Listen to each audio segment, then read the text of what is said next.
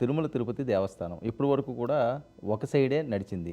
ఇక రేపటి నుంచి రెండో సైడ్ కూడా స్పీడ్ అందుకోబోతున్నది. కారణం ఏంటంటే తిరుమలకు వైఎస్ జగన్మోహన్ రెడ్డి గారు కాలినడకన వెళ్ళి స్వామిని దర్శించుకుండి అక్కడ కొన్ని అంశాలు మాట్లాడతారు అని పెద్ద ఎత్తున జరుగుతున్న ప్రచారం. అలిపిరిలోనే జగన్ డిక్లరేషన్ ఇవ్వాలని కూడా కూటమి నేతలు డిమాండ్ చేస్తున్నారు. ఏంటి డిక్లరేషన్ వివాదం? వర్మ గారు తిరుపతికి అందరూ వెళ్తారు, జగన్ వెళ్తున్నారంటే అది జగన్కు శ్రీవారికి సంబంధించిన సమస్య. అవును, కొండ మీద రాజకీయాలు మాట్లాడకూడదు కాబట్టి జగన్ కూడా మాట్లాడతాడని నేను అనుకోను. కిందకు వచ్చాక ఏం మాట్లాడతారో అదంతా వేరే విషయం. కానీ జగన్ డిక్లరేషన్ ఇవ్వాలనే ఏపీ బీజేపీ అధ్యక్షురాలు ట్విట్టర్లో డిమాండ్ చేయాల్సిన అవసరం ఏముందంటే ఆమె తిరుపతికి ఈవోనా, ఏమైనా ఎగ్జిక్యూటివ్ ఆఫీసరా? లేకపోతే తెలంగాణ శాసనసభ్యుడైన రాజా సింగ్ గారు ఆయన చెప్పాల్సిన అవసరం ఏమొచ్చిందండి? పోనీ చంద్రబాబు నాయుడు అంటే ముఖ్యమంత్రి కాబట్టి రాజకీయ వివాదం, ఆయన ఒక మాట అంటే అనొచ్చు. కాబట్టి అసలు ఏమీ జరగకముందే ఈ డిక్లరేషన్ మీద ఇంత సమస్య ఎందుకు చేయాలి నాకు అర్థం కాదు. ఆయన 5 ఏళ్ళు ముఖ్యమంత్రిగా ఉన్నంతకాలం నడిచిపోయింది. అంతకుముందు ప్రతిపక్ష నాయకుడిగా ఉన్నప్పుడు వెళ్తూనే ఉన్నాడు. కాబట్టి ప్రతిసారి ఒక 10-20 ఏళ్ళ నుంచి, ఇంకా చెప్పాలంటే 2012లో వెళ్ళాడు ఆయన. అవును, అంటే ఒక పుష్కర కాలం నుంచి జగన్ డిక్లరేషన్, ఆయన డిక్లరేషన్ ఇస్తే నాకేంటి, ఇవ్వకపోతే నాకేంటి, దాంతోనే హిందువుల మనోభావాలు, వెంకటేశ్వర స్వామి పవిత్రత అఫెక్ట్ అయిపోతాయని నేను భావించట్లేదు.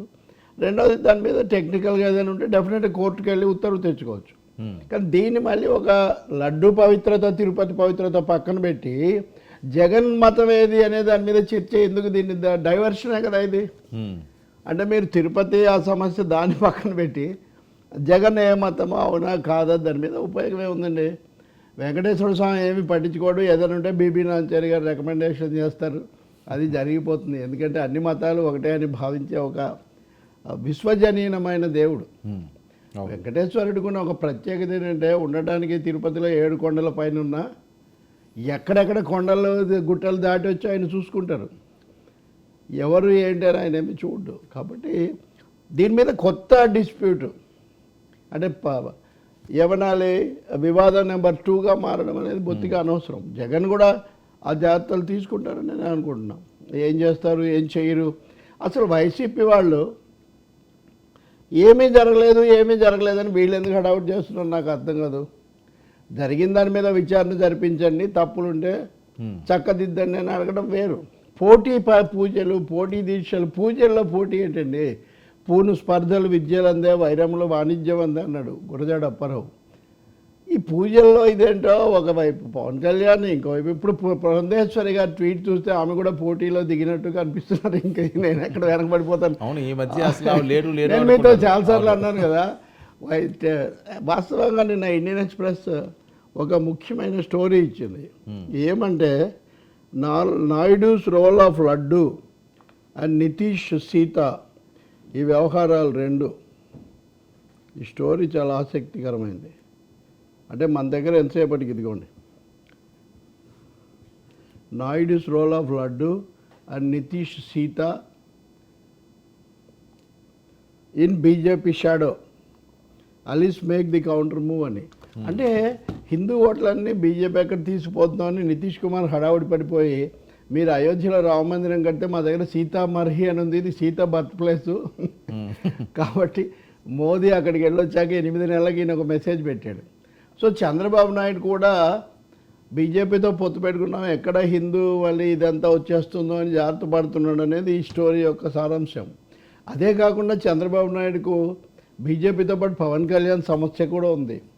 జనసేన కాస్త శివసేనలాగా మారినట్టుగా పవన్ కళ్యాణ్ అన్ని సవాళ్ళు ఇవన్నీ చేస్తుంటే దాని మీద ఎట్లా కూటమి నాయకుడు సైలెంట్గా ఎలా ఉంటాడు? ఉప ముఖ్యమంత్రి ఇంత దాని మీద ఉద్రేకపడుతుంటే ముఖ్యమంత్రి ఏమి పట్టనట్టుగా ఉంటే, సో ఈ విధంగా ఇది పెంచబడింది. ఈ దశలో ఇప్పుడు జగన్ కూడా ఆ రేస్లో జాయినింగ్. అంటే ఇప్పుడు జగన్ కూడా బీజేపీ షాడోలోకే వచ్చాడు. ఈ అజెండా మోదీకి, అమిత్ షాకు శ్రమ లేకుండా ఆంధ్రప్రదేశ్లో పాలనలో ఉన్న 3 పార్టీలు, ఓడిపోయిన పార్టీ కూడా ఆ పనిలోకి దిగిపోయారు ఇప్పుడు. కాబట్టి అక్కడ ఈ డిక్లరేషన్ మీద ఒక రభస జరగాలి, లేకపోతే ఇంకా కొన్ని తీవ్ర వ్యాఖ్యలు కూడా ఉన్నాయి. మీరు మళ్ళీ నన్ను అడుగుతారనుకుంటాను. అవాంఛనీయం అండి, ఇప్పటికి జరిగింది చాలు. ఉపశాంతి, కొండ మీద మహాశాంతి హోమం చేశారు. ఇంకా అంతా అయిపోయిందని ఈఓ గారు ప్రకటించారు. సిఇఓ గారు అంటే ఆంధ్రప్రదేశ్ సిఇఓ గారు కూడా ప్రకటించారు. ఇంకెందుకంటే దీన్ని జగన్ కూడా సంయమనం పాటించాలి అని నేను కోరుకుంటున్నాను అక్కడికి వెళ్ళినప్పుడు. దీన్ని ఇంకా పెంచటం కాకుండా. కాకపోతే డిక్లరేషన్ అని మీరు అన్నారు కాబట్టి దీని మీద డిఫరెంట్ వెర్షన్స్ ఉన్నాయి. ఎల్వి సుబ్రహ్మణ్యం మాజీ ప్రధాన కార్యదర్శి, మాజీ ఈఓ కూడా తిరుపతి, దీనికి జగన్ కూడా సన్నిహితుడు ఒకప్పుడు. ఆయన ఒక వ్యాఖ్య చేసినట్టుగా నేను ఎక్కడో చూశాను. అంటే గతంలోనే ఆయన దీనికి సంబంధించి దట్స్ వాట్ ఐ సే.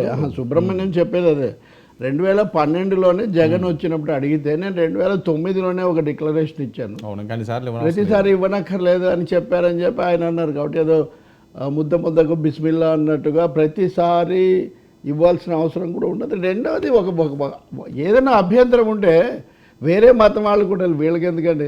ఇప్పుడు నా మతం వేరు అయినా వచ్చి మీ మతం దేవుడికి మొక్కుకుంటా అని ఎవడన్నా అడిగాడు అనుకోండి, ఎవరికి అభ్యంతరం ఉండాలి వాస్తవంగా? కాబట్టి రాజకీయాలను మతాన్ని కలగాపులగం చేసి ఈ లడ్డూ వివాదాన్ని ఎడతెగనిదిగా సాగించి ఆఖరికి సినిమా వాళ్ళకు కూడా వ్యాపింప చేస్తుంటే చాలా విచారం కలుగుతుంది. వేమన పుట్టిన గడ్డ బ్రహ్మనాయుడు చాపకూటితో సమతను నేర్పెను నాటి పలనాటి బ్రహ్మన్న, మేడి పండుల మెలిగే సంఘం గుట్టు విప్పెను వేమన్న, వితంతువుల తలరాతలు మార్చి బతుకులు పండించే కందుకూరి, తెలుగు భారతిని ప్రజల భాషలో తీర్చిదిద్దెను గురజాడ, ఆ సంస్కర్తల ఆశయ రంగం నీవు నిలిచిన ఈ సంఘం. ఇటువంటి చోట మనం సంకుచితమైన వివాదాలతో తెలుగునాట ఉన్నటువంటి విశాల దృక్పథాన్ని, సంస్కరణను వెనక్కు పంపించొద్దని మటుకు భావిస్తాను నేను. జగన్కు కూడా సమయం నేను 1-2 సార్లు చెప్పాను కదా.